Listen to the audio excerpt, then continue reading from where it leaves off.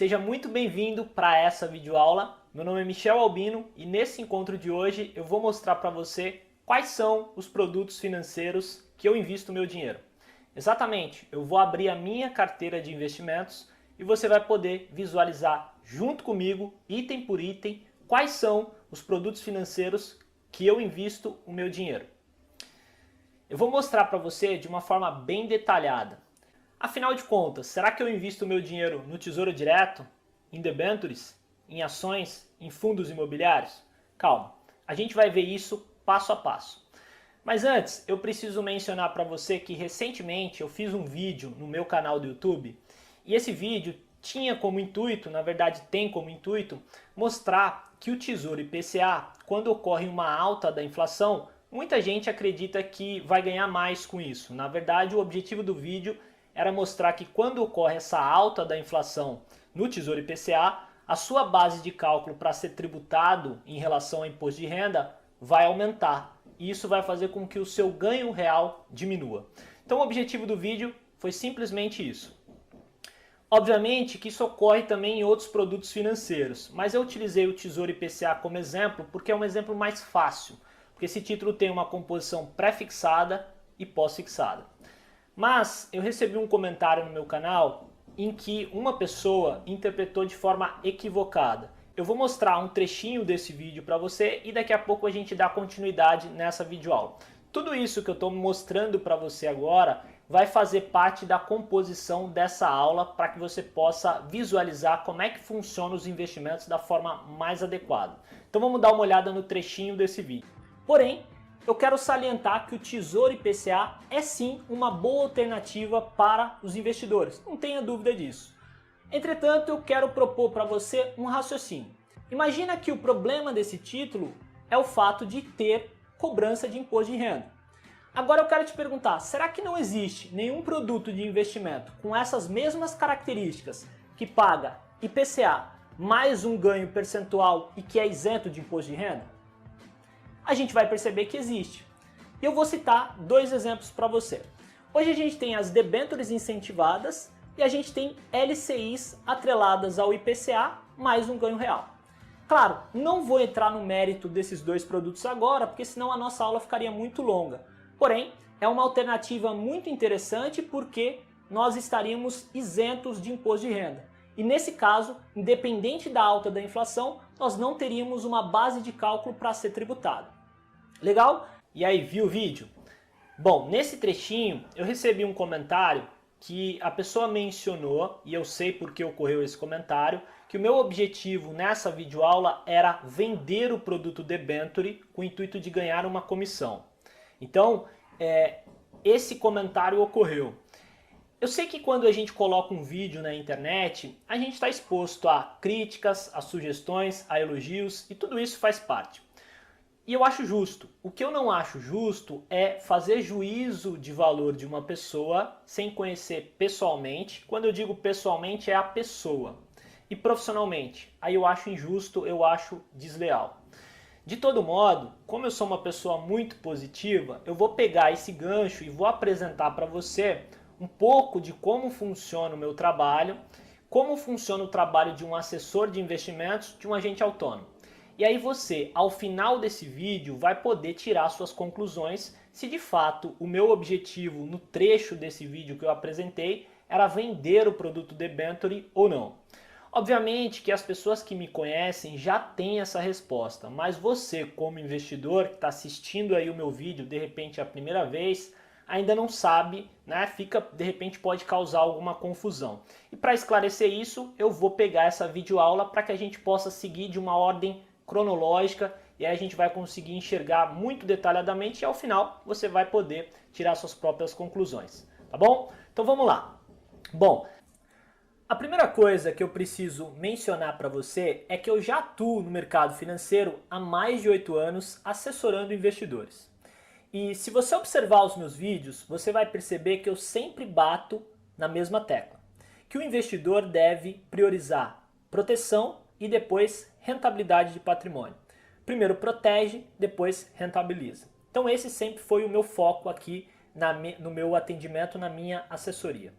Atualmente eu sou vinculado à corretora XP e eu assessoro investidores da corretora. Então, o meu atendimento ele é direcionado para essas pessoas. Hoje eu trabalho diretamente com 114 investidores que eu presto meu suporte, o meu atendimento. Nosso escritório tem mais de 700 clientes, mas diretamente comigo 114 pessoas. E todos os meses eu recebo um relatório da corretora XP, um relatório que chama-se Relatório de Performance. Um relatório da minha performance como assessor. E esse relatório vem alguns dados importantes. Dentre eles vem a captação que eu tive no mês, ou seja, quanto de volume financeiro que eu trouxe para a corretora por intermédio desses investidores, o número de clientes, se eu conseguir aumentar ou não esse número de clientes, e tem um dado bastante importante, que é um dado que demonstra para mim como é que está a composição geral da carteira desses investidores que atuam diretamente sob a minha assessoria. Então, a gente vai conseguir ver, e eu vou compartilhar esse dado com você, como é que está alocado esse recurso das pessoas que atuam comigo. E obviamente que eu me incluo nesse rol. Então, a partir dessa análise, a gente já vai poder tirar as primeiras conclusões. Vamos dar uma olhada junto comigo aqui na tela do meu computador. Bom, estamos aqui e eu já deixei aqui o relatório de performance, tá? Aqui você pode ver o meu código de assessor e o meu nome, tá? Os demais dados financeiros, obviamente, eu tirei por uma questão de privacidade. Mas o que importa pra gente são esses dados aqui que eu quero compartilhar com você. Bom, primeira coisa, deixa eu pegar aqui a minha caneta, só pra gente detalhar isso de uma forma bem prática. Bom, a primeira coisa que a gente pode observar é que esses dados são recentes, tá? Então, os dados mais recentes do dia 26/10. Aqui eu deixei o número de clientes, tá? Então hoje eu assessoro 114 clientes diretamente comigo. E aqui é o ponto mais importante que eu quero compartilhar com você. Observa só, aqui a gente tem 90,7 que está alocado em produto de renda fixa. Então, da composição geral da carteira, das pessoas que atuam comigo, 90,7% está alocado em produtos de renda fixa. Tá aqui. Vamos pegar item por item. Financeiro, que é aquele recurso que fica parado na conta da corretora, eventualmente venceu um produto, ou alguém fez algum TED, ou aquele dinheirinho que a gente deixa lá e acaba não aplicando, que obviamente deve ser aplicado, mas que eventualmente fica parado lá. Tem 1,3%. Fundos de investimento, a gente consegue ver aqui 4,6%. Fundos imobiliários 1,3%, outros produtos 0%, e aqui a gente consegue ver renda variável 1,04% e seguros, que nada mais é que previdência privada 0,8%. Tá? A maior parte da previdência vem por intermédio de portabilidade, mais à frente eu também vou mencionar sobre esse assunto. Bom, qual a primeira observação e análise que a gente pode fazer aqui? Que essa é uma carteira conservadora. Infelizmente a gente não pode ver como é que é composta essa composição de renda fixa aqui por uma limitação do próprio relatório. Mas eu posso assegurar para você que 88% dos 100% dessa carteira está alocado em produtos cobertos pelo FGC. Quais são esses produtos? CDBs, LCIs, LCAs e letra de câmbio. Então 88% da carteira está protegido pelo Fundo Garantidor de Crédito. Essa diferença de 88 para 90,7 está alocada em Tesouro Direto e debêntures. Então, qual que é a primeira conclusão que a gente pode chegar aqui? Que de fato o meu discurso ele é bastante coerente. Quando eu menciono que o meu objetivo é proteger e rentabilizar o patrimônio das pessoas que atuam comigo, de fato é bastante coerente, já que dos 100% da carteira, 88% está alocado em produtos cobertos pelo FGC. Dentro dessa cobertura, eu sempre procuro fazer uma diversificação da carteira para proteger, inclusive, de oscilação de taxa de juros. Além de deixar esses produtos cobertos pelo FGC, eu também faço uma avaliação desses emissores, tá? Então, isso também é bastante importante. Então, é um processo muito bem detalhado para que a gente possa direcionar as pessoas que atuam com a gente da melhor forma possível. Então, a primeira conclusão que a gente chegou é que, de fato, o objetivo aqui é proteger e rentabilizar o patrimônio das pessoas que atuam comigo. Um ponto importante, para quem já é de mercado financeiro ou de repente é um assessor que está vendo esse vídeo, se ele bater o olho nessa carteira, ele já percebeu que essa carteira é uma carteira que prioriza o investidor. Não é uma carteira que direciona para comissão para o assessor de investimentos. Isso porque esses produtos de renda fixa não são os produtos que oferecem as melhores comissões para os assessores. E aqui vai um ponto importante. A forma de remuneração de um assessor de investimentos, de um agente autônomo, e aí todos eles são remunerados da mesma forma, é baseado numa comissão. E aí como é que funciona isso? Quando um investidor faz uma aplicação financeira na corretora, a corretora recebe uma comissão e parte dessa comissão é direcionado para o assessor. Obviamente que existem produtos que oferecem comissões maiores e produtos que oferecem comissões menores. Mas o fato é que essa carteira com 88% composta em produtos cobertos pelo FGC, esses produtos não são os que oferecem as maiores comissões. De todo modo, o que eu preciso mencionar e deixar claro para você? E eu preciso ser justo. Eventualmente você pode ver a composição da carteira de um outro assessor e essa composição é totalmente diferente da minha.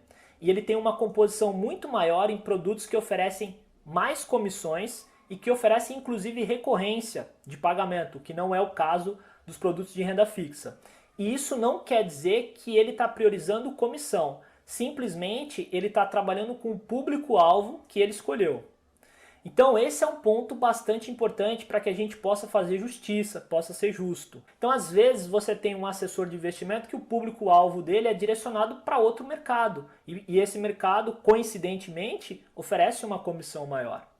No meu caso, especificamente, o público-alvo que eu trabalho é um público onde as pessoas já construíram um patrimônio e agora elas desejam proteger e rentabilizar. É por isso que a minha carteira ela é mais conservadora e que é uma carteira que gera menos comissão para o assessor se comparado a outros produtos financeiros. Ponto importante, o meu trabalho ele é um trabalho direcionado para longo prazo. Eu nunca me preocupei com quanto eu vou ganhar, porque eu sempre tive isso em mente, que se você for um bom profissional íntegro, honesto e competente, a consequência natural é você ser bem remunerado. Isso vai acontecer mais cedo ou mais tarde. E o meu trabalho ele é direcionado para o longo prazo.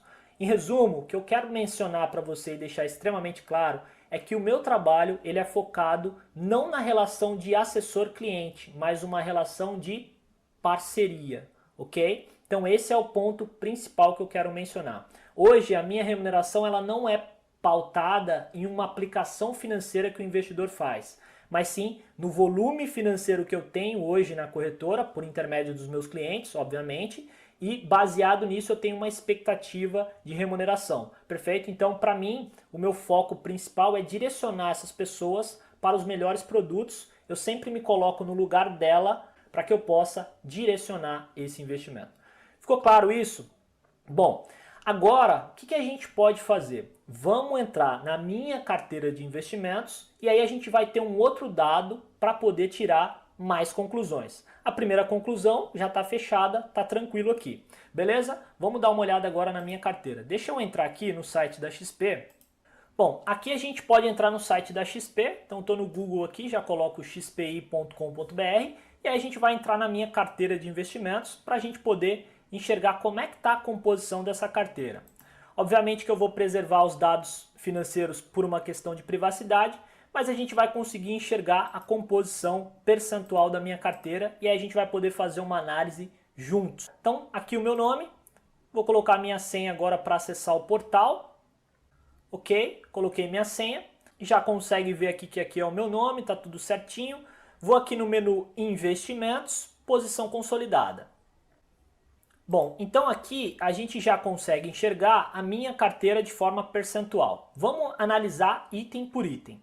Bom, a primeira coisa, a gente consegue ver que eu tenho 89,80 em produtos de renda fixa, tá? E esses produtos são produtos privados. Por quê? Porque o Tesouro Direto aparece para mim aqui, apesar dele ser um produto de renda fixa, ele aparece separado.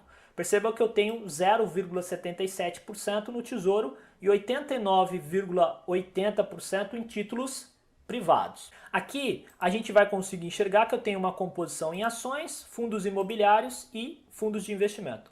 Mas o que eu quero focar agora, nesse momento, você obviamente já percebeu que essa é uma carteira que é uma carteira conservadora, 90-10. 90% em produtos de renda fixa, 10% nos demais produtos que a gente consegue enxergar aqui em cima. Bom, qual a primeira conclusão que a gente consegue chegar cruzando os dados da minha carteira pessoal com a carteira que compõe os investimentos das pessoas que atuam comigo?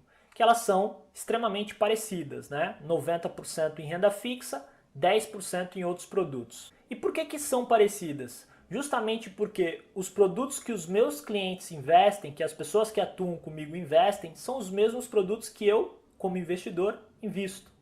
E os produtos que eu, como investidor, invisto são os mesmos produtos que as pessoas que atuam comigo investem. E qual a conclusão que a gente pode chegar disso? Que não existe conflito de interesse, porque os produtos de investimento, a formatação da carteira é igual. Isso ocorre justamente porque os objetivos são os mesmos. Assim como as pessoas que atuam comigo querem proteger e rentabilizar patrimônio, eu também quero. Assim como as pessoas que atuam comigo querem ter uma independência financeira, eu também quero.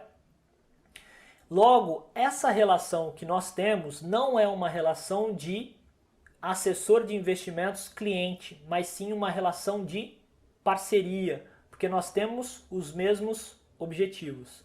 Então, o perfil das pessoas que eu atuo é o mesmo perfil que eu tenho, e é por isso que a composição da carteira é igual. Os produtos são iguais. E isso demonstra claramente que não existe conflito de interesse. Perfeito? Bom, agora vamos observar alguns pontos, detalhar alguns pontos importantes. Vamos analisar a minha carteira de investimentos detalhadamente. A primeira observação que a gente pode visualizar aqui é que eu tenho menos de 1% da minha carteira alocado em títulos do Tesouro. Então, 0,77 é a menor composição que eu tenho na minha carteira.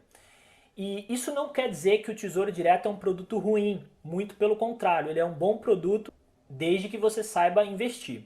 O primeiro critério para você investir em um produto ou não é você conhecer o produto. A partir daí você vai poder fazer uma avaliação relacionada a risco-retorno para ver se vale a pena você investir naquele produto ou não.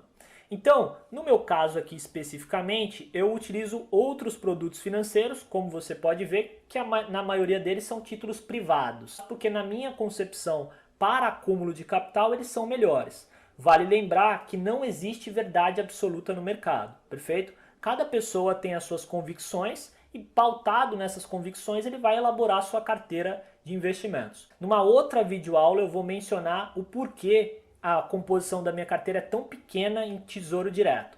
Hoje, esse 0,77 está alocado em Tesouro Selic. E eu só tenho esse recurso no Tesouro Selic porque ele serve como garantia para operações de curto prazo na bolsa ou no mercado futuro.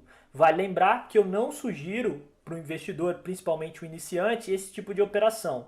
Mas no meu caso, eventualmente eu faço uma operação dessa e eu utilizo o Tesouro Selic como garantia para montar essa operação. E se eventualmente eu sofrer algum prejuízo, eu consigo resgatar esse título do Tesouro e cobrir esse prejuízo no dia seguinte, já que o mercado futuro tem vencimento em D+1 e o Tesouro também tem vencimento em D+1. Mas esse é um tema para uma próxima aula, tá bom? Vamos focar aqui no nosso objetivo.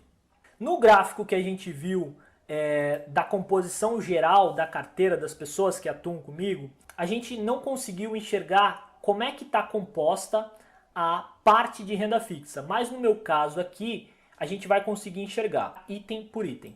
Percebam que dos produtos que são cobertos pelo FGC, eu tenho aqui LCI 35%, LCA 23%, letra de câmbio 11,74% e CDB 16,5%. Então, esses são os produtos cobertos pelo FGC.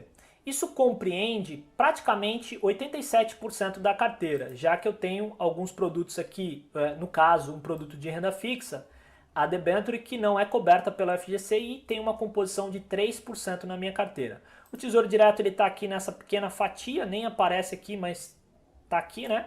0,77. Volto a frisar, o fato de eu não ter um percentual significativo de tesouro direto na minha carteira não quer dizer que o produto é ruim.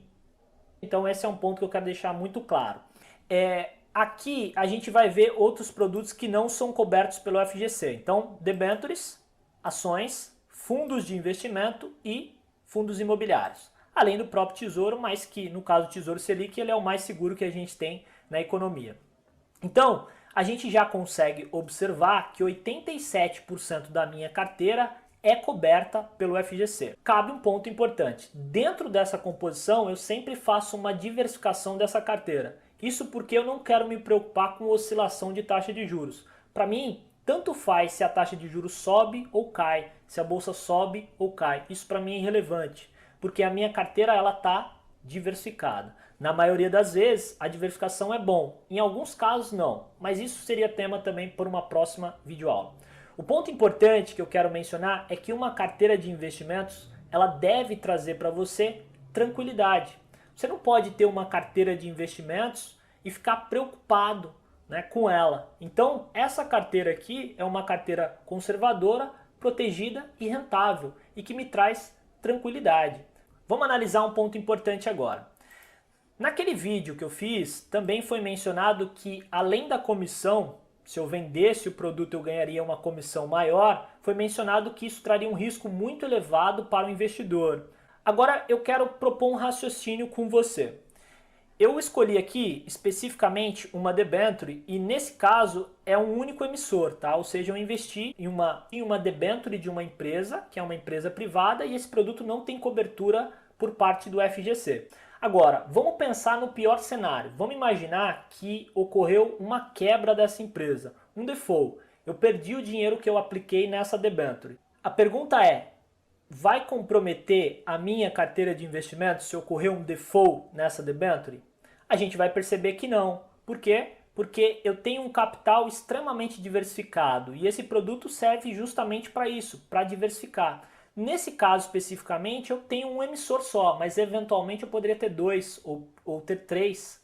E aí eu minimizaria esse risco ainda mais. É claro que para investir nessa debenture eu fiz algumas análises e baseado nessa análise eu tento minimizar o risco de crédito desse emissor. E é por isso que eu apliquei o meu dinheiro nessa debenture. De todo modo, se houver um default, isso não compromete a minha carteira, porque a maior parte da minha carteira vai suprir esse risco se eventualmente essa empresa quebrar e não me pagar. Vamos imaginar que a empresa quebrou, eu perdi 3% da minha carteira. Essa carteira gira em torno de um pouco mais de 1% ao mês. Significa que em 3 meses eu recuperaria esse recurso sem fazer absolutamente nada.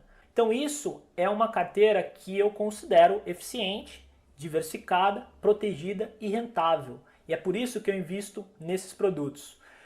Ponto importante, isso aqui não é uma recomendação para você investir nesses produtos ou não. É importante sempre ter isso em mente. Eu só estou mostrando como caráter de aprendizado para você. Então todos esses produtos eu tenho uma justificativa muito clara para investir neles, tá? Então detalhadamente eu tenho justificativas para cada produto desse.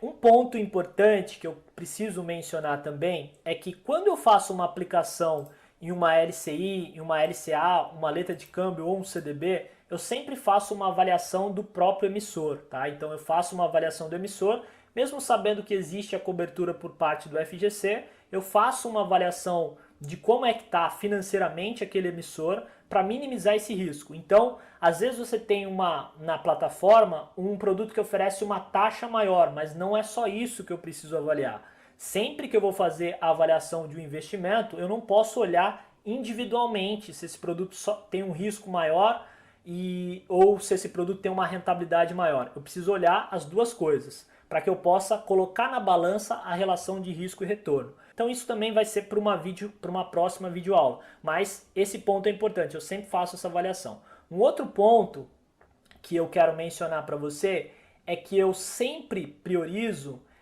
ter os mesmos emissores na minha carteira pessoal que os meus clientes têm.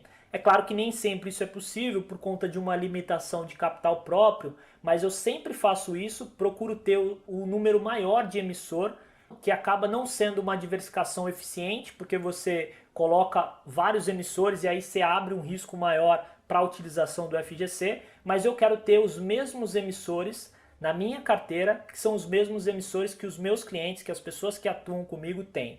Porque se eventualmente ocorrer uma quebra de um emissor desse, eu quero participar junto com as pessoas que atuam comigo como investidor. Porque isso é uma relação de parceria, não é uma relação de cliente-investidor. É uma relação de parceria, justamente porque os nossos objetivos são os mesmos, como eu mencionei. Então esse é um ponto importante. Então acho que já ficou claro essa parte, mas eu quero mostrar um pouco também de como funciona o meu trabalho e como ele é transparente com o investidor. Então vamos lá. Deixa eu pegar aqui um e-mail que eu troquei com um investidor recentemente.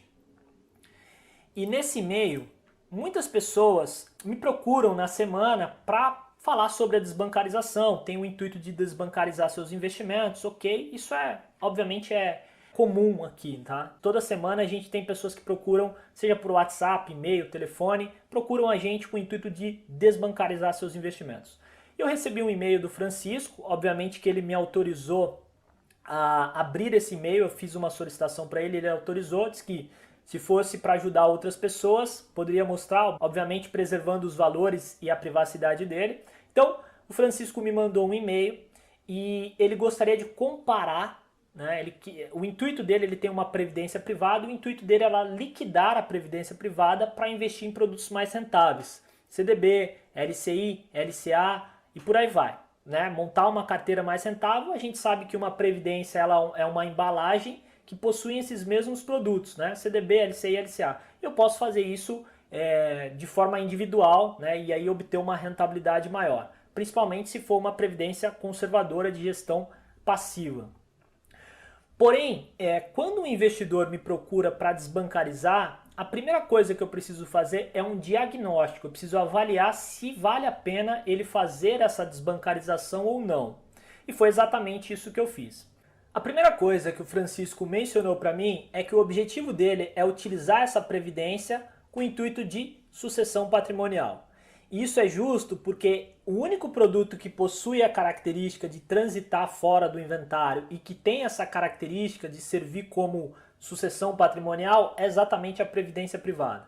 Então, a hipótese de liquidar a previdência para investir em outros produtos já foi descartada ali nesse primeiro bate-papo. A segunda alternativa que eu tinha era comparar a previdência que ele tem com a previdência que a gente tem aqui na corretora. E nesse caso eu fiz um comparativo e as duas previdências têm a mesma performance, são muito parecidas. Logo, eu cheguei à conclusão que não valia a pena ele fazer a portabilidade dessa previdência porque os produtos são praticamente iguais. Existem produtos bons nos bancos, muitas das vezes eles estão escondidos e são restritos a um público muito pequeno, né, que exige um volume financeiro maior, mas existem, perfeito? E quando a gente encontra uma situação de igualdade ou eventualmente até um caso que no banco existe um produto melhor do que o que a gente tem aqui, eu obviamente como um profissional isento tenho que sugerir para o investidor permanecer na aplicação que ele tem. Foi exatamente isso que eu fiz, olha só, aqui no e-mail, eu não vou ler o e-mail todo, né, mas a gente vai conseguir ver que no final eu coloquei aqui, ó. Então, por esses motivos, minha sugestão é manter a previdência no banco. Então, isso mostra que, de fato, o meu trabalho ele é imparcial. O que a gente consegue concluir depois dessa minha apresentação? Que o trabalho do assessor de investimentos vai muito além de vender um produto, principalmente quando essa palavra venda é utilizada de forma pejorativa, onde o assessor tem o intuito única e exclusivamente de vender um produto para ganhar uma comissão. Eu sei que em todas as áreas existem bons e maus profissionais, profissionais éticos e profissionais antiéticos. Cabe a você, como investidor, escolher um bom profissional. Hoje no Brasil existe uma carência muito grande de educação e de educação financeira. Eu me deparo constantemente com pessoas muito bem-sucedidas em suas áreas de atuação, mas que quando vão investir o seu dinheiro investem em produtos ruins e que não têm o conhecimento suficiente para fazer bons investimentos e priorizar realmente a proteção e rentabilidade do seu patrimônio. Então, essa profissão de agente autônomo, ela tem um caráter nobre, que é auxiliar o brasileiro a investir melhor. Há um tempo atrás eu li uma frase que eu carrego muito comigo na minha profissão. E essa frase dizia o seguinte: ajude as pessoas a conquistar os sonhos delas e, como consequência, conquiste os seus. E é exatamente isso que eu faço na minha profissão, de forma íntegra, honesta, imparcial e competente. Um ponto crucial que eu quero mencionar para você é que essa forma de atuação não é exclusividade minha, muito pelo contrário. Eu trabalhei com diversos assessores de investimento e conheci outros vários. E a maioria desses profissionais atuam dessa forma, priorizando você como investidor. E eu quero deixar claro que se você optar em atuar com um agente autônomo, com um assessor de investimentos, e ele tiver essas características, pode ter certeza que ele vai te auxiliar a conquistar os seus objetivos e, como consequência, ele também vai conquistar os objetivos dele de uma forma íntegra, porque isso é uma consequência de um bom trabalho. Antes de fechar esse vídeo, eu quero deixar uma frase que não serve para você, mas que você pode auxiliar uma outra pessoa. Busque sempre conhecimento, porque o conhecimento nunca é inútil. Inútil é não ter conhecimento. Então, se você gostou dessa videoaula, dá um like aqui embaixo, se inscreve no nosso canal, mas se você gostou ainda mais, eu preparei um conteúdo especial para você. Eu fiz uma videoaula que vai mostrar para você como analisar qualquer tipo de investimento de uma forma simples, rápida e fácil.